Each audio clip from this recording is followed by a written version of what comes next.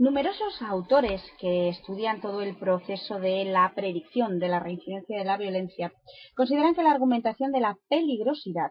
de marcado contenido clínico se ha de complementar con una fundamentación actuarial, es decir, basada en factores de riesgo y las relaciones entre predictores y criterio, comportamiento violento, demostradas empíricamente. Respecto a la reincidencia, el concepto puede ser abordado desde dos perspectivas, una la jurídica y otra la médico-psicológica. Dentro de la jurídica se habla de reincidencia cuando tras otro acto judicial asistimos a la reiteración de una judicialización por un nuevo crimen o delito de la misma naturaleza, es decir, el delincuente reincide en un nuevo acto violento. Y otro de los conceptos desde otra perspectiva, desde la que veremos la reincidencia, es el médico-psicológico, que es el que realmente nos interesa a nosotros. La reincidencia sería definida basándose en criterios psicológicos de extensión variable, según se preste la atención al delito, al comportamiento en general, a la personalidad, a las disposiciones, a la relación con la ley, etc. Es decir, dentro de esta perspectiva médico-psicológica o psiquiátrico-psicológica, etc., es donde entra el ámbito de actuación del psicólogo jurídico y del psicólogo forense. La valoración del riesgo de violencia, por lo tanto, como método alternativo al diagnóstico de peligrosidad para la predicción de la violencia, tiene en cuenta los conocimientos actuales sobre la psicología de la violencia y el papel que tienen los profesionales en la toma de decisiones acerca del comportamiento futuro de, por ejemplo, agresores sexuales o maltratadores de pareja, es decir, el informe pericial en este tipo de situaciones, tanto para hablar de una libertad condicional como para hablar de una condena, etcétera, etcétera, o para estudiar factores de riesgo de determinados colectivos, significa que nuestra profesión, ya seamos psicólogos o psiquiatras, tiene una importante relevancia dentro de este campo. El riesgo podríamos entenderlo, tomando una definición de Hart, como un peligro que puede acontecer con una cierta probabilidad en el futuro y del que no comprendemos totalmente sus causas o éstas no se pueden controlar de forma absoluta. El riesgo de violencia, por lo tanto, no puede ser ni con mucho predecible al 100%, pero sí hemos desarrollado dentro de nuestra profesión diferentes herramientas y estrategias para poder predecirle en un amplio porcentaje de casos. A diferencia de la peligrosidad, que hemos caracterizado por ser una variable discreta, estática y genérica, que lleva a decisiones de todo o nada en el pronóstico, es decir, alguien es peligroso o no lo es. No hablamos de un poquito, no hablamos de cuantitativo, sino de cualitativo, que a priori es lo importante. El riesgo de violencia es un constructo continuo que es variable y fluctuante y muy específico, que permite tomar decisiones graduadas de pronóstico futuro de violencia. Por lo tanto, hemos dicho que no es lo mismo predecir peligrosidad que hablar de riesgo de violencia. La aplicación del conocimiento de los factores de riesgo asociados a la violencia es el fundamento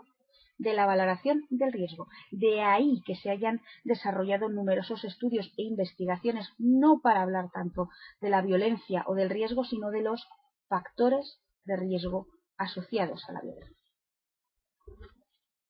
Existen diversos listados de factores de riesgo. Normalmente en los países de habla en español utilizamos los mismos porque han sido validados dentro de cada uno de los países. Ya sabemos que conceptualmente las diferencias idiomáticas dan pie a diversos errores, de tal manera que cuando se han tomado listados de factores de riesgo, por ejemplo, de países de habla anglosajona como Estados Unidos o Gran Bretaña, hemos tenido dificultades al traducirlas al español porque no quieren decir lo mismo, y hay que haya sido muy importante la labor de todos los investigadores de habla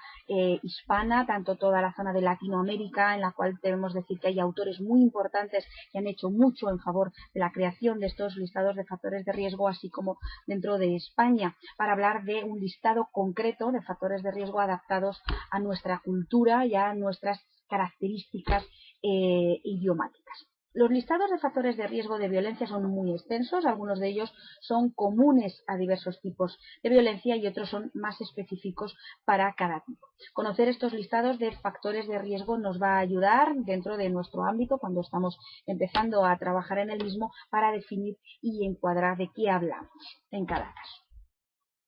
Variables o factores relacionados. El fenómeno de la violencia es de gran complejidad, ya hemos dicho, por una serie de propiedades, pero además es de gran complejidad por los siguientes motivos. No hay un único indicador que podamos utilizar como medida de la violencia. ¿Por qué? Porque la violencia es compleja. No podemos utilizar los mismos medidores de violencia psicológica que de violencia política, es decir, el rasero por el cual medimos la violencia en esos casos es diferente. Debemos llevar a cabo indicadores específicos para ese tipo de violencias, aunque haya, como decía, denominadores comunes. La heterogeneidad de las expresiones de la violencia da lugar a que utilizamos diferentes, evidentemente, indicadores y la diversidad de factores asociados, sociales, biológicos y psicológicos. En nuestro caso concreto, dentro de nuestra área de conocimiento, donde nos centraríamos sería en los psicológicos. Los factores de riesgo para la conducta violenta en muestras no clínicas, es decir, cuando hablamos de población en general, es algo que preocupa mucho a los jueces, es algo que preocupa mucho a las autoridades, es decir, una muestra no clínica, es decir, población no psiquiátrica, que no presente patología, que de pronto debute con un acto delictivo violento. Para no extenderme en mi conferencia, hablaré exclusivamente de estas muestras no clínicas, puesto que las muestras clínicas darían para por lo menos 10 conferencias. Factores de riesgo que tenemos en cuenta para hablar de la predicción de conducta violenta. Por un lado estaría la edad de inicio de la carrera delictiva. Numerosas investigaciones hablan de que cuanto mayor y más temprana sea la edad de inicio en la carrera delictiva, aunque no se haya utilizado actos violentos, va a propiciar una predicción mayor de actos delictivos a lo largo de la vida adulta. Por otro lado, la historia de violencia grave. Sabemos que una persona que ha llevado un delincuente, que ha llevado a cabo un acto violento, es probable que vuelva a reincidir y a utilizar la violencia posteriormente. El número de causas en la adolescencia, es decir, dentro de la violencia juvenil, una persona que haya cometido numerosos delitos, aunque sean menores y no hayan empleado la violencia, va a dar lugar a que tenga una carrera delictiva donde es probable que tarde o temprano haga uso de la violencia. La historia de problemas conductuales en la infancia, también sabemos los psicólogos y psiquiatras que tiene una predicción a largo plazo, es decir, un niño que haya presentado problemas antisociales o problemas de integración o que haya hecho uso de la violencia en pequeños actos, como pueda ser el acoso escolar, puede ser un factor predictivo de violencia en el futuro. La agresión física persistente de los primeros años de vida, tanto la que la persona haya recibido por parte de adultos como la que ella pueda ejercer sobre otros iguales o sobre sus propios padres, también es un factor de riesgo de conducta violenta bastante importante. Los factores relacionados con la familia, esto lo sabemos psicólogos y psiquiatras, la importancia que tiene la realización de una buena anamnesis familiar, donde una familia desestructurada, donde haya habido padres que hayan cometido actos delictivos, donde haya habido padres que hayan ejercido la violencia física o verbal. Todos sabemos que el modelaje del que hablaba Bandura, los procesos de aprendizaje también se aprenden para las cosas buenas y también, por qué no, por supuesto, para las cosas malas. La influencia de los iguales, es decir, aquí hablaríamos de toda la violencia pandillera, es decir, de todos los procesos en los cuales el grupo de amigos va a condicionar la realización de determinados actos violentos, en los cuales el individuo se somete a la masa, por así decirlo, a la presión grupal. Los aspectos cognitivos también han sido ampliamente estudiados en poblaciones con una baja inteligencia o con bajo poder educativo, se suelen relacionar más aún con determinados tipos, sobre todo de violencia muy agresiva e impulsiva. La historia de abusos de sustancias ni qué decir tiene. Sabemos que dentro de la población que está en prisión hay por lo menos próximo a un 65-70% de ellos consumen o han consumido sustancias no legales. Las características de la personalidad, aquí entraríamos dentro de las personalidades impulsivas, en la falta de control de la impulsividad, en lo que es la historia sexual de la persona, las actitudes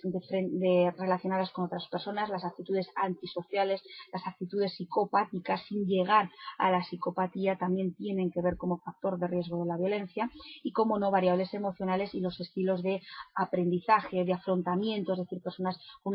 una pobreza emocional, con un desequilibrio emocional muy fluctuante o con pocas herramientas para hacer frente a diferentes problemas que se les van presentando en la vida. Es uno más de los diferentes factores de riesgo para predecir conducta violenta. Entrando ya dentro de lo que sería la evaluación del riesgo de peligrosidad criminal y de reincidencia, hablar de algo que nos interesa mucho a los psicólogos y psiquiatras forenses, que es uno de los cambios más interesantes. Como decía, la OMS trajo algo de luz en el 2002 cuando amplió la definición de violencia, pero en clave profesional nos interesa mucho a los psicólogos el cambio que se produce en 1996, momento en que la OMS consideró que la violencia, por su extensión y consecuencias en la salud y el bienestar de las personas, debía entenderse como un problema de salud pública. Y esto es algo muy interesante porque significa que los psicólogos y psiquiatras forenses tenemos mucho que decir al respecto, puesto que nosotros vamos a ser quienes vamos a evaluar el riesgo de peligrosidad, a evaluar el riesgo de reincidencia, a hablar del riesgo de violencia en sí. Es decir, vamos a evaluar tanto a personas que aún no han cometido un acto violento pero tienen factores de riesgo, como a las personas que los han cometido y tienen un riesgo de reincidencia, puesto que hablamos de problema, según la OMS, de salud pública.